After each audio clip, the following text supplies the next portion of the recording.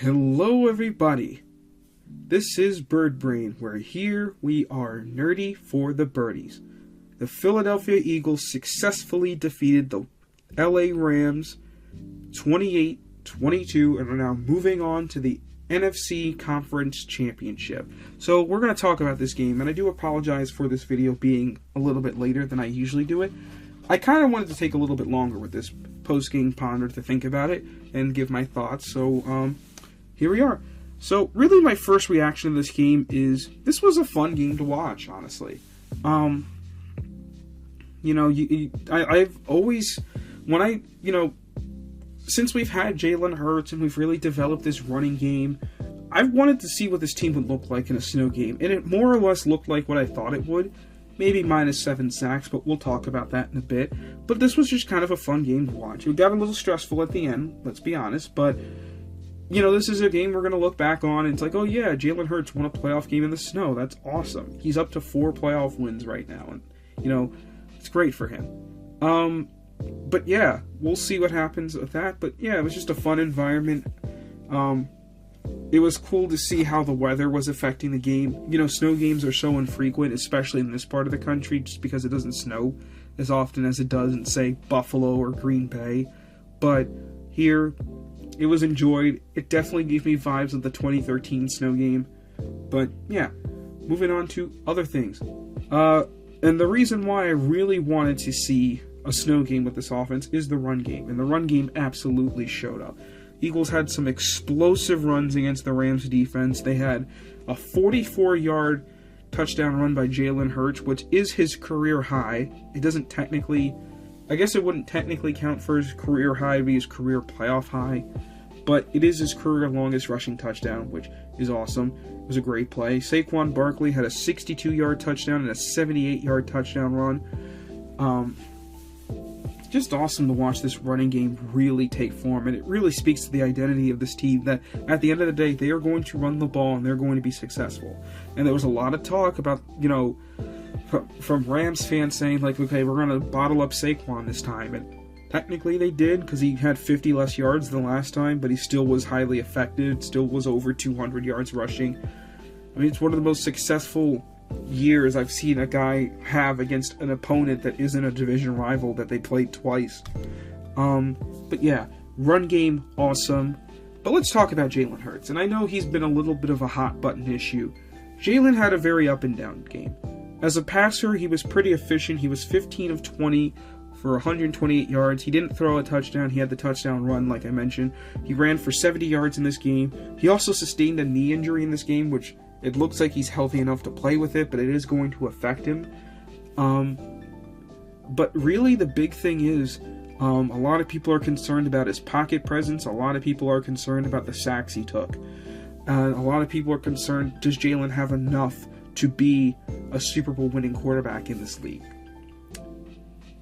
And I kind of just want to bring something up to people that I think has kind of gone lost on a lot of individuals. So, in the divisional round,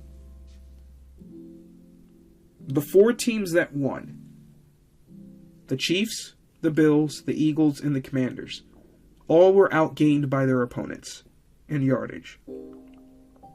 The difference is they did not turn the football over.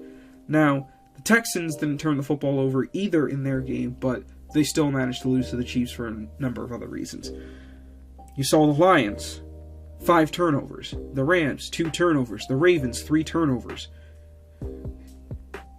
This is, as much as we want to crucify Jalen, now he had a couple of near ones. He had the fumble, which I don't really put on him, because it looked to me like either Mekhi Becton or Gainwell missed the block, and then Jalen just kind of gets grabbed.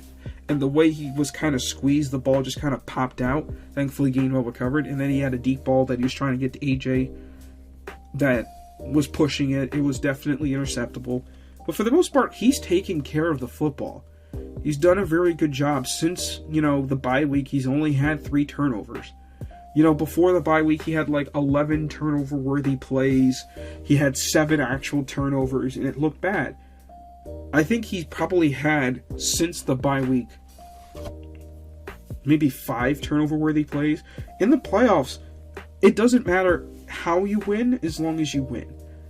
And if the Eagles had lost this game, I wouldn't have really blamed Jalen. I would have blamed other things that I'll talk about later. But the fact of the matter is, he led the offense to 28 points. And he made plays that weren't made by other guys. You know, he threw a beautiful pass to AJ that was dropped. AJ had 2 drops. In fact, of Jalen's 20 pass attempts, he completed all of his passes to every receiver except AJ. In terms of however many targets every other receiver had, they caught everything. AJ was the only one where he and Jalen missed. Now, Jalen missed him a couple times on throws. But AJ had a couple drops in this game, and he owned up to that. Not to crucify AJ or anything, just to be honest about him. And the other thing about it is, you know, you had the play where you throw the screen to Goddard, get you down to the 3. Mekhi Becton was way downfield. You have the play where they're about to push in a touchdown after the Isaiah Rodgers fumble recovery, except Lane Johnson false starts. Now you have to kick the field goal. You know, you had multiple touchdown drives where Jake Elliott missed extra points. I mean, those points are all coming off the board. Those are opportunities you had there. And if those plays, and I don't like using the word if because it didn't happen, you know, we have to put things into context. There were things that went wrong that weren't Jalen's fault. You know, there are things that he absolutely could have been better on. He should have been better with the safety. Taking 7 sacks is ridiculous for any quarterback. So he didn't play perfectly, but I don't think he was objectively terrible. The fact of the matter is, you look at the success that Jalen Hurts has had in his career, and you look at the success of this team that he has had. I mean, the Eagles haven't been this good and this successful since they've had Donovan McNabb, right? In terms of your sustained ability, right? You just have to take what you got. And the fact is, if you move off Jalen Hurts, which you really can't if you're Philly, but if you were to, who are you going to get that's better? Lamar Jackson, Josh Allen, Patrick Mahomes, Joe Burrow, Justin Herbert, none of those guys are walking through the door right now. Lamar Jackson's at home right now. Joe Burrow's at home right now. Justin Herbert's at home right now. Jalen Hurts is still playing for the playoffs. And that's all I'm happy with. So we'll pivot from the offense and move to the defense. And I wanted to really highlight the defensive line. The defensive line had a really nice game, especially in the second half when it was needed. And, you know, there was a lot of things that worked against them at times. Again, when you play defense, it's a lot harder to move in the snow because it's slicker, especially in the secondary. You noticed a lot of times the corners were playing very soft. They weren't playing very aggressively because they knew one slip and all of a sudden a guy's gone for a 60-yard touchdown. You know, but the defense played really well, getting 2 turnovers. The defensive line getting 5 sacks, which, and especially because of where they came from, you know, Jalix Hunt got a sack. Moro Jomo finally got his first career sack. He's had a couple that almost were sacks, but then they were called back for one reason or another. But he's finally got his first career sack. Nolan Smith, crucial strip sack that helped kind of turn the tide of the game. Jalen Carter, man, saved the game with his game-ending sack and pressure towards the end, and we'll talk more about him at the end, but defensive line took over this game when it was needed, and you look at this defensive line, I mean, Carter's an all-pro, but outside of him, you know, the way that guys have stepped up this year, in the absence of Fletcher Cox, and now the absence of Brandon Graham, the absence of Hassan Reddick, and they've just kind of picked up and kept it going. Nolan Smith, I mean, I keep talking about him week in and week out. His personal development, it's almost negated the fact that Bryce Huff hasn't done much for this defense. I don't even think Bryce Huff took a snap in this game. That's the craziest thing about it. Moving on to special teams, and I just wanted to briefly talk about Jake Elliott, because I think he had a really good game in some parts and a bad game in other parts. And look, kicking in snow is not easy. He made all 3 of his field goal attempts. Jake Elliott has still never missed in the postseason. He missed 2 extra points. And those extra points came back to kind of haunt Philly a little bit. Because at the end, Saquon breaks the long touchdown. It's 28-15. We're thinking, cool, this game's over. Elliott's going to kick the extra point. Then the Rams drive downfield, quickly score.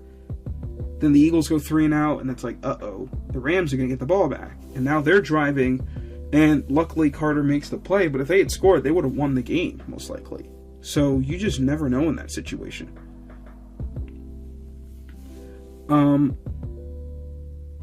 But, you know, it's still a problem with Elliott making points. He's missed 3 extra points. He's made all of his field goals in the playoffs, but he's missed his extra points. It hasn't hurt the Eagles yet, but you do worry about the missed kicks. Weirdly enough, in the playoffs, the Eagles are 4-0 when Jake Elliott misses an extra point. Don't ask me why, it just has worked out that way.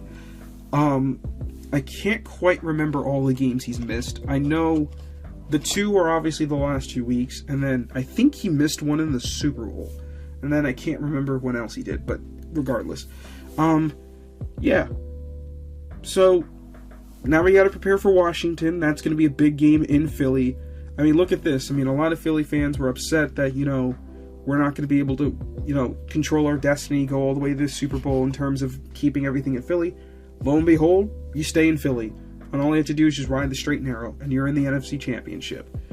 So, player of the game. A lot of weeks I would probably just give it to Saquon, but at this point, Saquon is essentially just this team's MVP. But I actually am going to give it to Jalen Carter, because the way he ended that game, he is starting to become this team's finisher, and he's starting to become this huge impact player for this defense. And he's starting to look like an all-pro. And you're starting to really see his development. And he's becoming one of those guys. And for that reason, I'm giving him player of the game. He pretty much iced the game. No pun intended.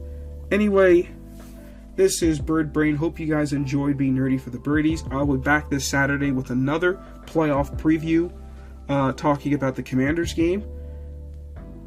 See you around, guys. And fly, Eagles, fly.